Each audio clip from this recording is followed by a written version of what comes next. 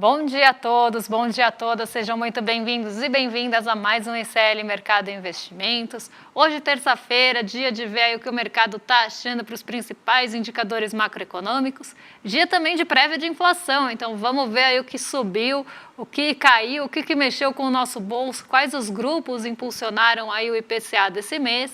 E a gente tem também outros assuntos para falar, então saiu a tal da ata do Copom, que o mercado estava ansiosíssimo aí para ler. Saiu também o índice de confiança da indústria.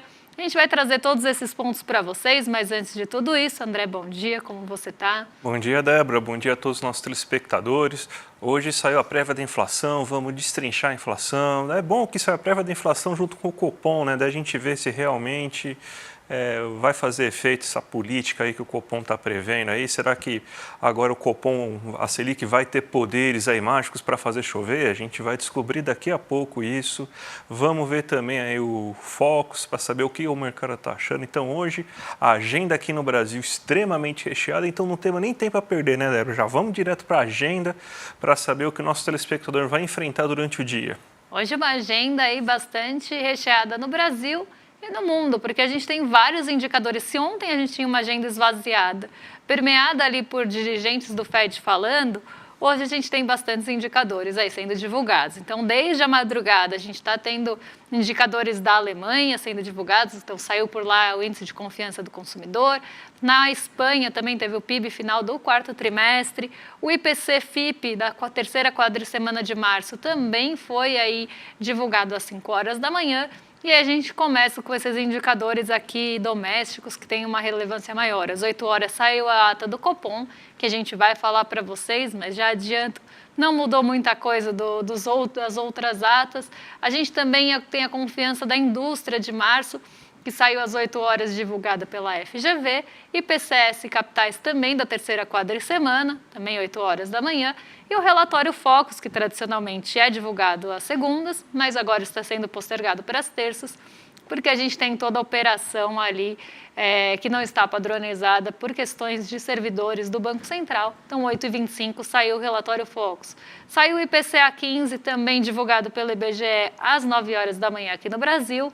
E nos Estados Unidos, o Departamento do Comércio vai divulgar encomendas de bens duráveis e esse dado deve ficar aí bem no radar dos mercados. A gente também tem por lá, às 11 horas da manhã, o índice de confiança do consumidor, lucro industrial da China, às 10 horas da noite. Então, o lucro industrial deve também ser um fator que vai mexer com a abertura amanhã, dependendo de como vier. Os mercados já estão ansiosos pelo lucro industrial da China desde sexta-feira, então deve ser um índice de maior relevância hoje, mas ele só sai às 10h30 da noite.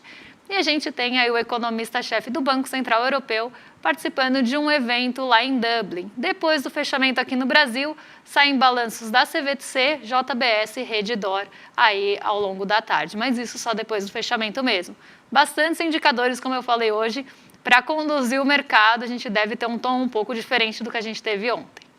Vamos então agora começar nosso giro pelo mundo, aquela notícia que a gente sempre sugere para vocês aí, para vocês já saberem aí de forma mais resumida aí sobre o que vocês devem esperar, sobre o que já aconteceu, como fecharam as bolsas na Ásia, o que deve acontecer no Brasil, no mundo. Mas, Débora, então já vamos começar pela Ásia, né? Porque parece que cada um foi para um lado lá, não teve muita direção lá hoje nos mercados asiáticos, né? Exatamente. Os mercados asiáticos hoje ficaram mistos, né? A gente gosta de falar mercados ficaram mistos, mas é porque eles não seguiram justamente uma direção única.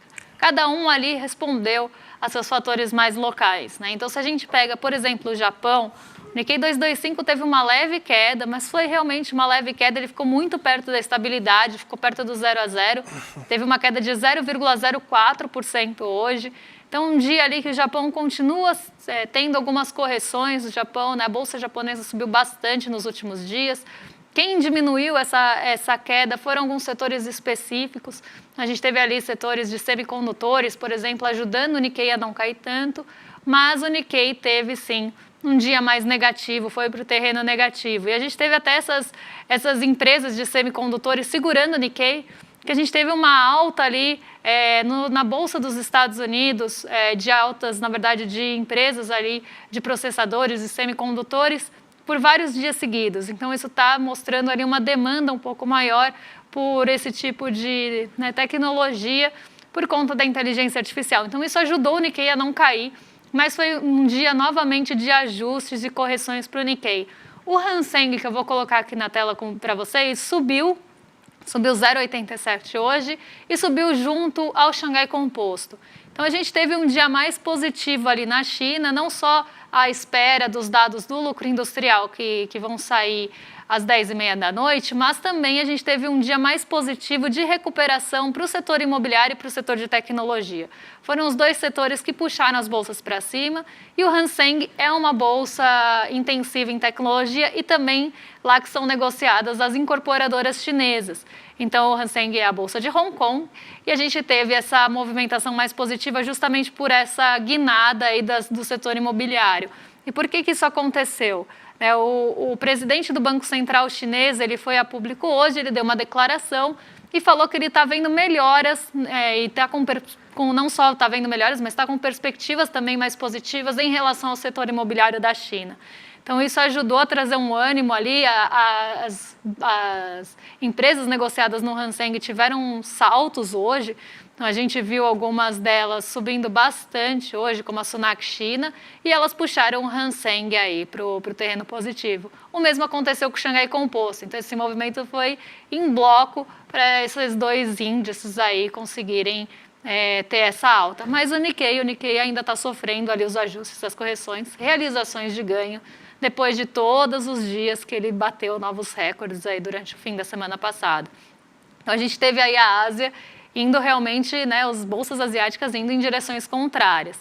Mas um dia aí que sugere até uma certa recuperação no mercado imobiliário que está muito fragilizado lá na China. Vamos agora para o Boletim Focus, agora para o Brasilzão, né? Porque foi divulgado aí, a gente agora sabe como que o mercado passou seu fim de semana.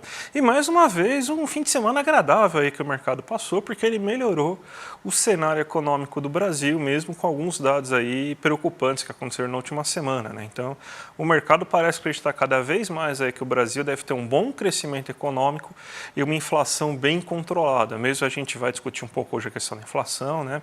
Muito puxado pelos alimentos. E ainda não teve sinalizações no mercado em relação à Selic. Vamos ver aqui o resumo aqui do que o relatório Focus colocou para a gente.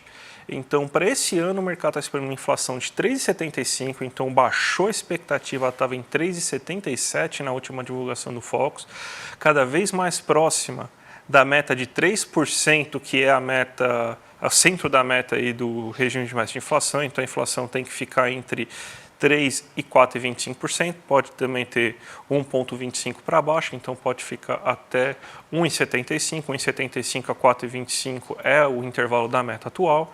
E você teve um aumento, um novo aumento em relação ao que o mercado está esperando para o PIB, né? A gente está tendo bons resultados nesse começo de ano. Você está tendo um setor de serviços crescendo, a gente teve a divulgação do boletim macrofiscal colocando aí a expectativa do governo de crescer 2,2%, a indústria também dando certa reação, o setor comercial também dando certa reação, a gente está tendo maior arrecadação de impostos, que significa um maior nível de atividade. Isso tudo está fazendo com que o mercado passe cada vez mais a acreditar num PIB maior, né? Então, se a gente começou o ano em 1,5, a gente já está em 1,85. Se a gente for pegar da última semana, aumento de 0,05 pontos percentuais, porque o PIB estava em 1,8, previsto na última semana, já está em 1,85, né? Talvez ele deva aumentar até chegar mais próximo aí de 2, porque já tem agentes grandes do mercado, inclusive, falando em crescimento de 2 ou até acima de 2% para esse ano de 2024. Então, a economia brasileira está indo melhor do que estava sendo esperado nesse começo do ano. Em relação ao dólar, não teve nenhuma mudança da taxa esperada ao final de ano, e aí vem a questão da Selic, que é o nosso, depois da reunião do Copom, e ainda mais hoje, depois da ata, reforçando o comunicado do Copom, né, de que o ciclo da queda da taxa de juros, ele em meio ponto percentual deve se encerrar na próxima reunião e que deve desacelerar a partir de junho. Mesmo assim, ainda não tem o mercado esperando uma Selic mais alta para esse ano, né? Isso aí é bem... Vamos ver se na próxima reunião, se eles estavam esperando a ata em si para confirmar isso, mas isso daí é bem incomum, porque geralmente o mercado dá o tom. Talvez o mercado não queira continuar nesse ritmo de 0,5% e esteja forçando a barra para que o Copom reveja suas expectativas? Talvez. Talvez o mercado ainda não captou ainda e está acreditando que esse comunicado aí não significou que realmente vai ter ritmo de queda? Talvez. Mas é bem, vamos dizer assim, bem inesperado que você não teve uma mudança na Selic aí nesse momento, Débora. Eu já estava esperando que a Selic fosse mudar nessa primeira nesse primeiro boletim Focus, né, divulgado depois da super quarta. Mas talvez o mercado ainda esteja digerindo ou realmente pressionando, porque o relatório Focus é uma forma do mercado pressionar ou se fazer ouvido, né, pelo Banco Central. Então pode ser que a gente ainda tenha, né, ou a não captura, né, e aí a gente tem que abrir realmente todas as expectativas ali, todas as projeções, porque isso é uma mediana, né, então a gente tem que ver como é que está de fato ali a composição do relatório Focus, ou o mercado está usando como instrumento para mostrar que sim, estamos aceitando cortes de 0,5 ponto percentual nas próximas reuniões e preferimos que continuem nas próximas reuniões e não só na próxima. Então pode ser também um recado do mercado, mas as taxas de juros futuras mais curtas, aquelas que têm um vencimento mais próximo, elas já estão mostrando desde depois da super quarta que o mercado está, na verdade até antes da super quarta, na sexta-feira, depois que saiu o IBCBR ali, a gente já teve uma mudança de direção nas taxas de juros futuras mais curtas, né? Então a gente via uma pressão sim, elas estão subindo, mas elas ainda não estão refletindo no Focus. Então a gente precisa ver como é que vai sair o Focus na semana e dar uma olhada aí nesses dados para saber o que o mercado está tentando dar de recado, porque o Focus também é uma forma do mercado dar seus recados. Outra coisa que saiu hoje, Débora, esse é um dado bem importante que mexe no nosso bolso, né? Foi o IPCA 15, que é a prévia da inflação. O IPCA 15 mede a inflação do dia 15 até o dia 15. Então, já que a gente está em março, ele está medindo a inflação do dia 15 de fevereiro até o dia 15 de março. Você teve uma desaceleração bem considerável, se a gente for imaginar que o IPCA 15 de fevereiro foi de 0,78 e agora a gente tem o IPCA 15 de 0,36, então teve uma desaceleração. Principalmente que a gente não teve a influência nesse mês dos bens educacionais, então não teve reajuste de matrícula, porque elas só acontecem uma vez, né? Então não teve reajuste de matrículas de escola, faculdade, creche e tudo mais, nem reajuste de preço aí de itens de papelaria, material escolar e tal. Mas a gente ainda está tendo os velhos problemas de sempre, que são a questão dos alimentos e a questão dos combustíveis ainda está pegando.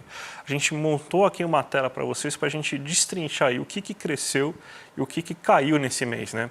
A gente vê que começam a ter alguns alimentos que vão tendo uma desaceleração ou até mesmo queda na sua inflação mensal, né? O arroz, que estava subindo mais de 5% no último mês, agora está subindo um pouquinho menos, está subindo 1,32%. O feijão estava subindo muito também, está subindo um pouquinho menos. A batata começou a cair finalmente, a batata foi um dos itens que mais subiu aí nos últimos pelo menos 2, 3 levantamentos, agora tem uma queda de 9,87%. O tomate começou a cair também, a cebola subiu muito o preço agora, está em 16,64%. A cenoura, que também estava um absurdo o preço da cenoura, está em 6,10%. Então a gente está vendo aí que alguns itens começaram a ter uma certa desaceleração, mas ainda o impacto é muito forte. Você ainda está tendo um impacto muito grande aí na inflação, por causa do preço dos alimentos, puxado pelas condições climáticas adversas que a gente está vivendo aqui no Brasil, principalmente nos grandes centros. A gente acabou de sair de uma nova onda de calor aí na última semana. A gente sabe que, por exemplo, hortaliças a gente produz perto dos grandes centros, então também é afetado, você também tem uma produção prejudicada por causa do grande calor, e quando você tem um grande calor, daí decide chover, daí não tem aquela chuva normal, aquela chuva que alaga também estraga a produção. Então, é o pior dos mundos possíveis. Então esse aí é o grande problema aí que a gente está tendo. E a gente tem um problema pontual, né, que aconteceu lá para o final de fevereiro, e então ainda vai ter impacto, ainda vai refletir isso, que é o retorno da reoneração completa dos combustíveis, principalmente do ICMS, que aconteceu aí no final de fevereiro, e por isso que a gente tem essa alta. A alta é quase que semelhante, não sei se são os mesmos números ou não, até talvez eu deveria ter procurado isso, mas a alta é muito semelhante ao que a gente viu aí no IPCA fechado de fevereiro, porque é um aumento de 2,39% da gasolina, de 4,27% do etanol e o diesel caindo levemente. Então é basicamente o mesmo que a gente encontrou no IPCA final de fevereiro, ou seja, ainda refletindo o acontecimento de fevereiro. Então talvez no IPCA final você já não tenha esse peso dos combustíveis. Isso aí é uma possibilidade que não sei até quando que você teve esse efeito aí, porque não dá para captar completamente, né? Então só no final que a gente vai conseguir ver. Então pode ser que em março, no IPCA final de março, não tenha mais esse peso dos combustíveis, até porque é um fator sazonal que aconteceu uma vez e não vai voltar a acontecer, não vai ter aumento do ICMS desses combustíveis, então somente com aumento no preço dos combustíveis pela Petrobras que você vai ter novas altas, só que ainda continuamos com os preços dos alimentos muito elevados, Débora. E até nossa audiência sempre fala aqui, né, arroz e feijão continuam aí subindo, né, principalmente o arroz, que é muito falado aqui no nosso chat, ele continua sem dar trégua, então a gente continua tendo uma pressão ali e a gente sabe por quê. Né, o arroz normalmente é produzido ali no sul do país e a gente também está com condições climáticas adversas lá, as produções alagando com as chuvas e hortaliças aí, frutas não precisa nem falar porque são bem super perecíveis e o calor, né, a onda de calor, o calorão que fez aqui perto da região metropolitana ia realmente influenciar e deve continuar influenciando, porque aqui a gente pegou 15 dias e 15 dias. Né? Então, isso pode continuar influenciando no IPCA cheio de março, porque essa é uma prévia. Mas conta pra gente, André, quais os grupos ali tiveram mais impacto, né? Olhando para a feira, olhando para o supermercado, como é que foi isso no IPCA 15?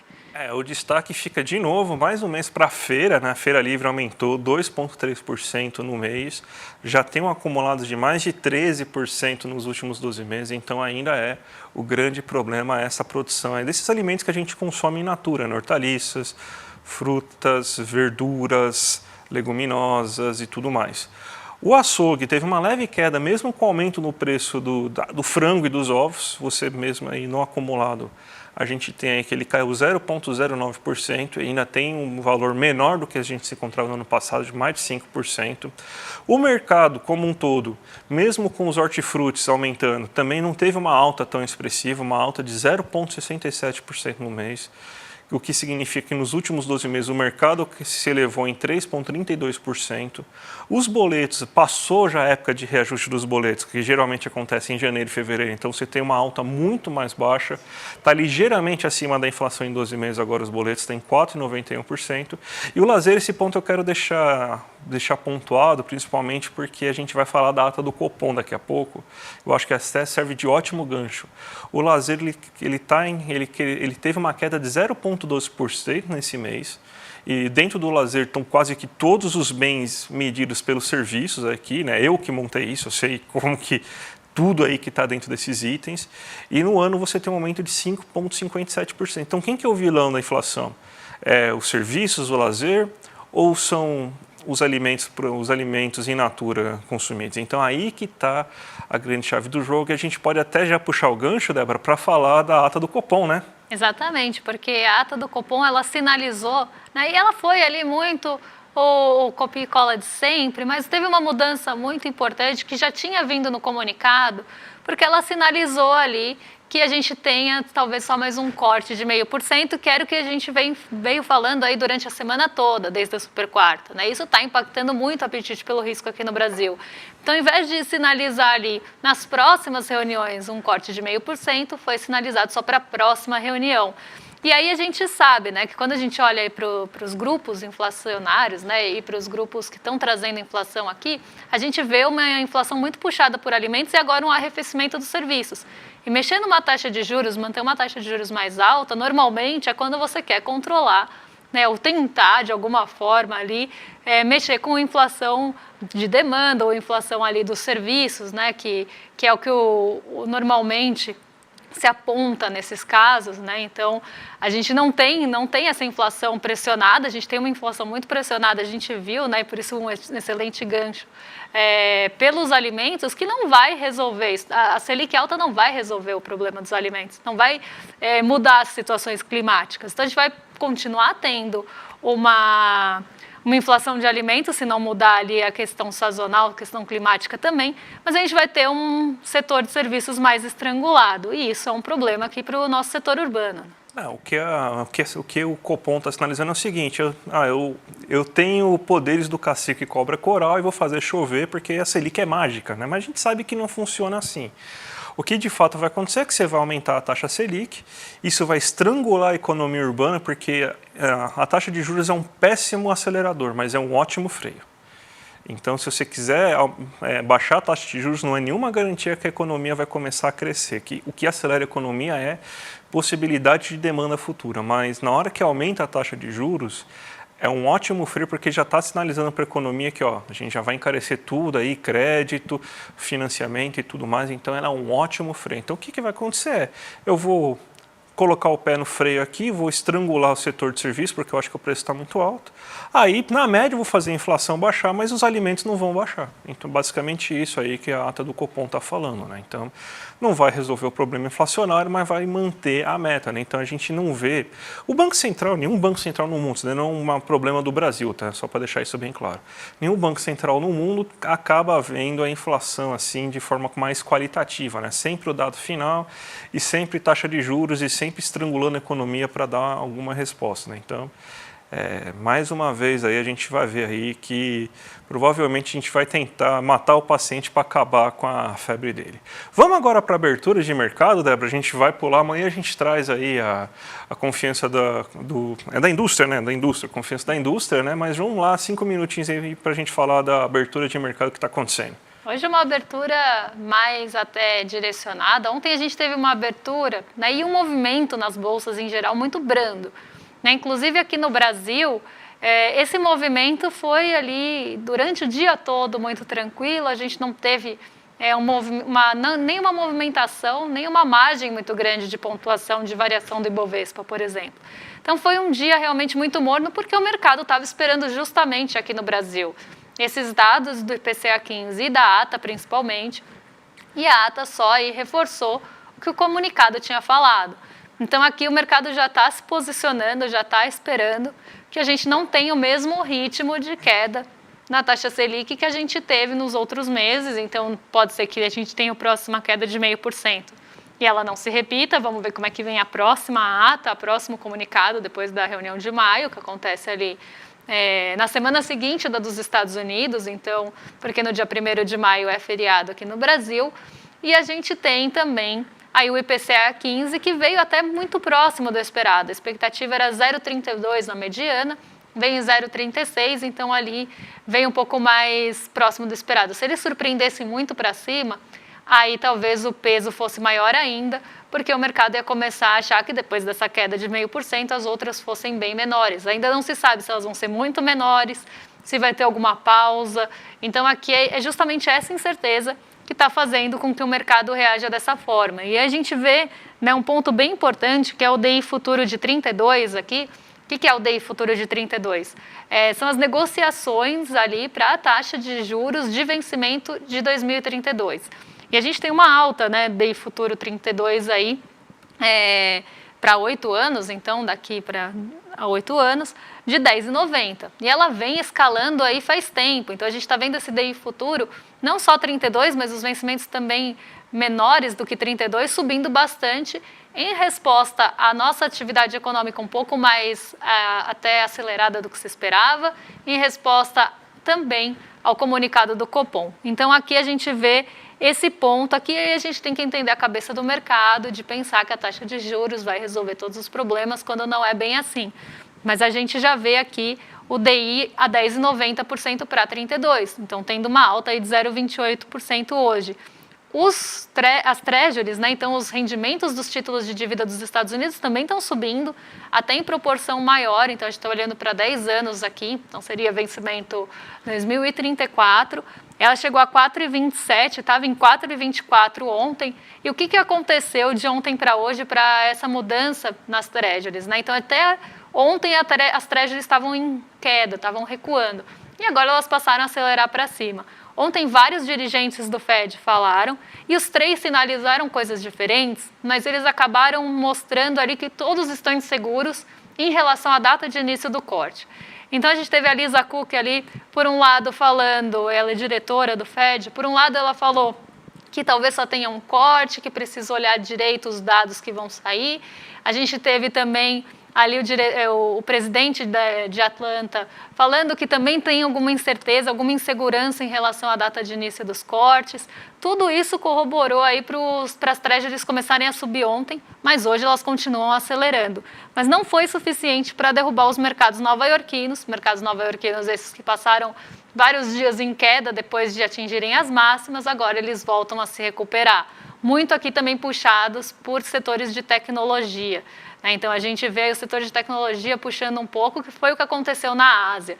E a gente tem uma expectativa bem grande, hoje a gente deve ficar aí nesse movimento perto do 0 a 0, como a gente vê agora, a leve queda, e foi o que a gente viu ontem, mas por motivos diferentes, porque a gente também está esperando o lucro industrial da China, algo que pode mexer bastante com a nossa abertura, e hoje a gente não conta com o impulso que a gente teve ontem do petróleo Brent, que chegou a mais de $86 por barril. Hoje ele está sofrendo ajustes, porque ele subiu bastante, ontem subiu quase 1,5%, justamente por questões ali envolvendo a Rússia e a Ucrânia. A gente teve novos acirramentos da tensão geopolítica lá, depois que a gente teve o drone incendiando ali próximo a uma refinaria, parou todas as operações na Rússia, ali próximas, né, as atividades próximas a essa refinaria. Depois a gente teve uma série de outros ataques, e isso está trazendo bastante incerteza em relação ao preço do petróleo. E o dólar, ele sobe hoje voltando a se aproximar dos R$5. Ele tinha arrefecido ontem porque ele chegou a levemente passar os R$5 e sofreu reajuste também ali de lucros. Então hoje a gente volta a ter o dólar subindo em resposta à nossa bolsa caindo. E quem ajudou bastante o dólar ontem foram as commodities. Na verdade foi o petróleo, nem as commodities como um todo, porque teve uma alta bem considerável aí. Isso ajudou a nossa bolsa e fez o dólar cair. Débora, você sabe que a gente está nessa campanha essa semana que a gente está tentando fortalecer a democracia, né? A gente está, cada vez que a gente tem mais investigação, a gente mostra aí que a democracia está cada vez mais frágil. A gente viu o que aconteceu ontem, né? O Bolsonaro já planejando, inclusive, ficar lá deitadinho, dormindinho lá numa embaixada da Hungria, para quem sabe aí conseguir fugir da justiça, né? Então isso daí está mostrando aí o quanto que a nossa democracia é frágil e quanto que qualquer estopim aí pode gerar um grande problema aí para a gente, né? Então a gente sempre tem que lutar pela democracia dia após dia. A gente está aqui nessa campanha, está engajado nessa campanha. A gente vai colocar inclusive um vídeo para vocês aí para mostrar aí um pouco aí do nosso engajamento. Aqui é a casa do povo! Acabou! Faz pouco tempo que nós vimos como é frágil a nossa democracia. Ela esteve em risco, mais uma vez, como nos dias mais sombrios da nossa história. Vivemos ameaças às nossas instituições. Você pode até não acreditar na questão das urnas eletrônicas. Eleições impressas! Ameaças concretas de golpe de Estado. Nós sabemos que se a gente reagir depois das eleições, vai ter um caos no Brasil. Vai virar uma grande guerrilha, uma fogueira no Brasil. E a gente vê grupos aqui e ali que ameaçam, que tentam destruir os valores democráticos. Não podemos tolerar o neofascismo, o autoritarismo do Brasil. Proteger as instituições, proteger a democracia é tarefa de cada um de nós. Só o conhecimento pode fazer frente às fake news, à desinformação, ao ódio, à intolerância. Nós aqui do ICL estamos do lado da democracia. E você, de que lado está? Vamos juntos nessa luta, ela é permanente. Faça sua inscrição, defenda a democracia com o ICL.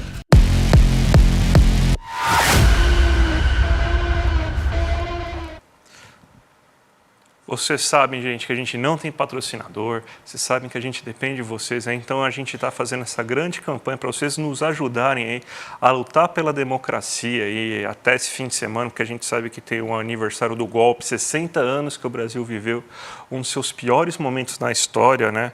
Então a gente está fornecendo inclusive alguns brindes aí para quem quiser aí se inscrever essa semana. A gente tem o livro censurado aí do Jefferson Tenório, O Avesso da Pele, aí, que os bolsonaristas estão tentando censurar. A gente tem o livro do Guilherme Amado autografado.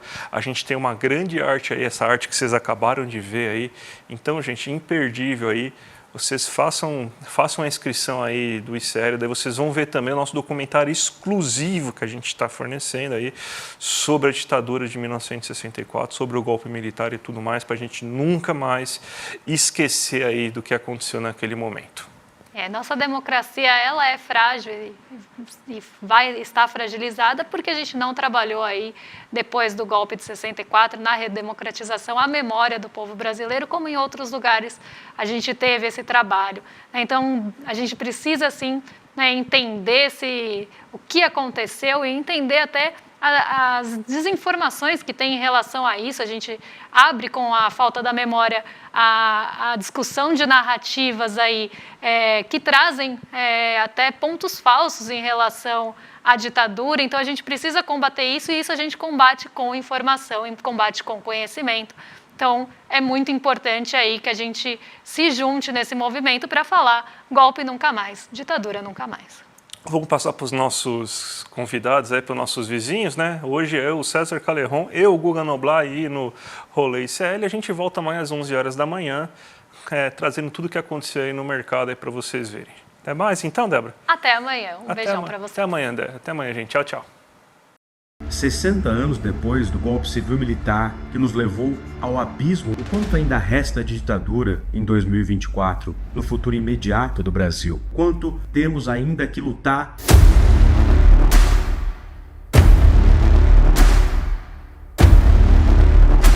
É porque essa articulação golpista repetiu-se na era Bolsonaro, com a diferença de que o golpe fracassou. Esse temor do comunismo é utilizado até hoje, é o mesmo método, a mesma coisa, manipula a sociedade, informações.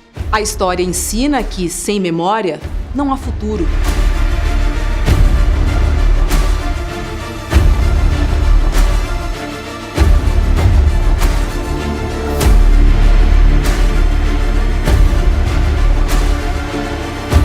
Eu acho que a evocação da memória, princípios que representavam aqueles grupos em 64, permanecem muito vivos, né? Deus, pátria, família e liberdade, né? São inclusive lemas declaradamente de extrema direita.